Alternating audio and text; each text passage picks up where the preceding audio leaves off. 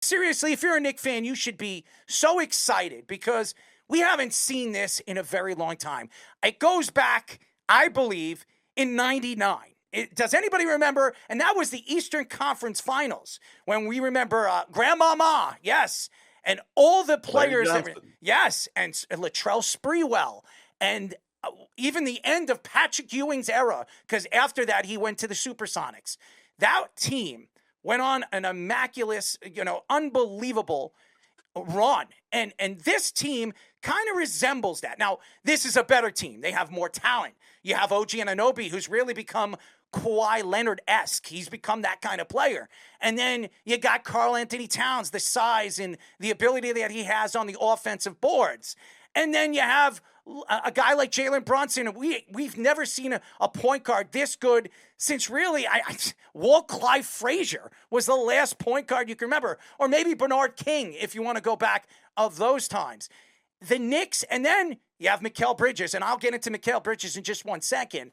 This is a team that has a tremendous amount of depth and defensive prowess, and their wings with Josh Hart, Mikal Bridges, and OG Anunoby, they've given the Knicks the depth that they've needed over the years at the wing positions defensively against these sharpshooting teams like the Boston Celtics.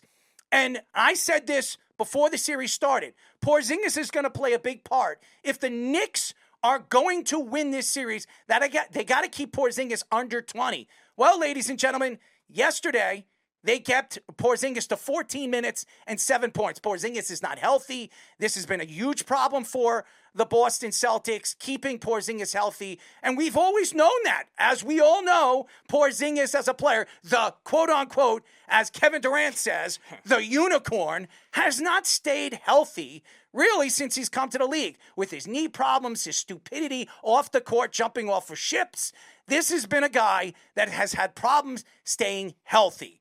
But you go back and you look at what the Knicks are doing right now to the Boston Celtics, it says a lot about the heart of this team.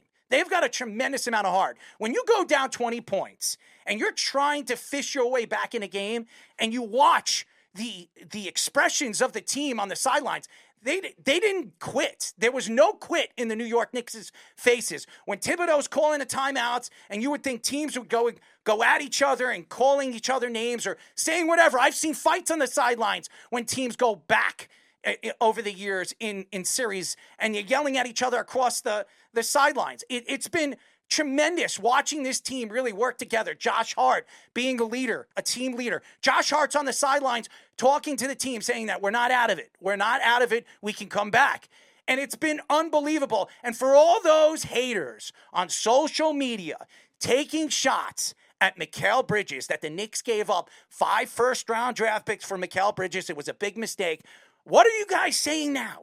What are all you Knicks fans saying now about Mikal Bridges? You know what the answer is? Nothing. You know why? Because if it wasn't for Mikal Bridges in this series, as good as Brunson is, as good as Karl Anthony Towns is, and OG Anunoby, and Josh Hart's been, this is the guy that's taken over in games in the fourth quarter and the overtime. He made the important block against Jason Tatum at the end of the game, up 91-90. As Jalen Brunson scored and shot his 2 free throws. He has been as important as any player in this series. And you look at guys like Leon Rose and Worldwide West and you say, wow, these guys actually know what they're doing. The Knicks actually have executives that actually know what they're doing. And we don't hear any more about James Dolan ruining a team and throwing a team away as the New York Knicks for years have been doing that.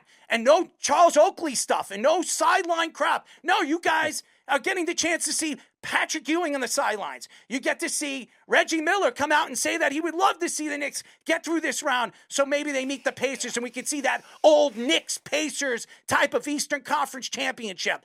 This has been unbelievable. And you Knicks fans sitting here today should be nothing but excited. Nothing but excited because this team actually believes. And when you see this, usually means that these are the teams that have the ability to go all the way. Now, again, we have to see what they're doing. And I forgot one person that I got to give a lot of credit to.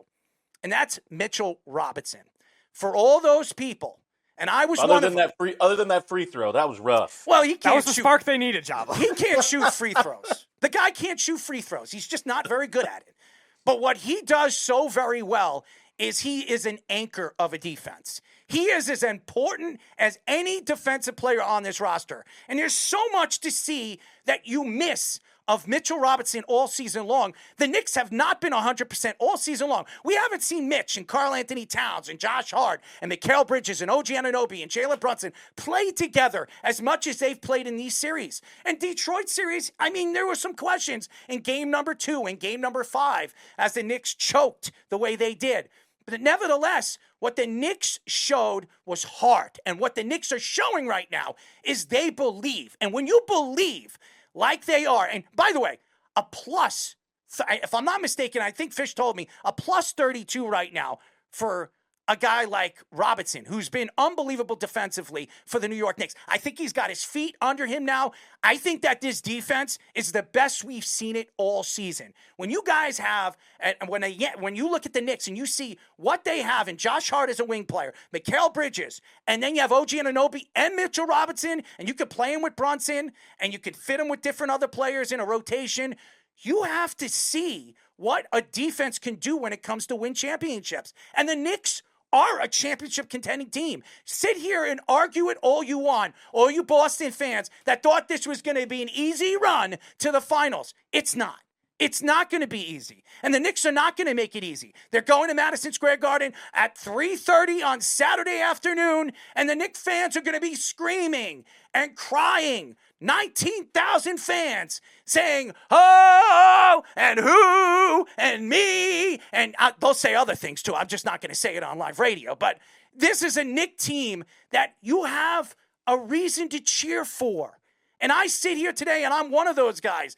I have not held back. I had the Knicks winning at 7, and I'm going to stick by it. They're going to win in 7. I think Boston is going to claw themselves back into this series. But I think the Knicks are that type of team that no matter what Boston does in this series and what Boston team shows up in Game 3 and Game 4, I think they have the edge. I think they have the control that they have played defensively and offensively to get in the minds of Jason Tatum and Jaylen Brown and understand that Porzingis isn't 100% healthy, and they're going to drive it down the one and only Celtics' throats until they choke and they give up.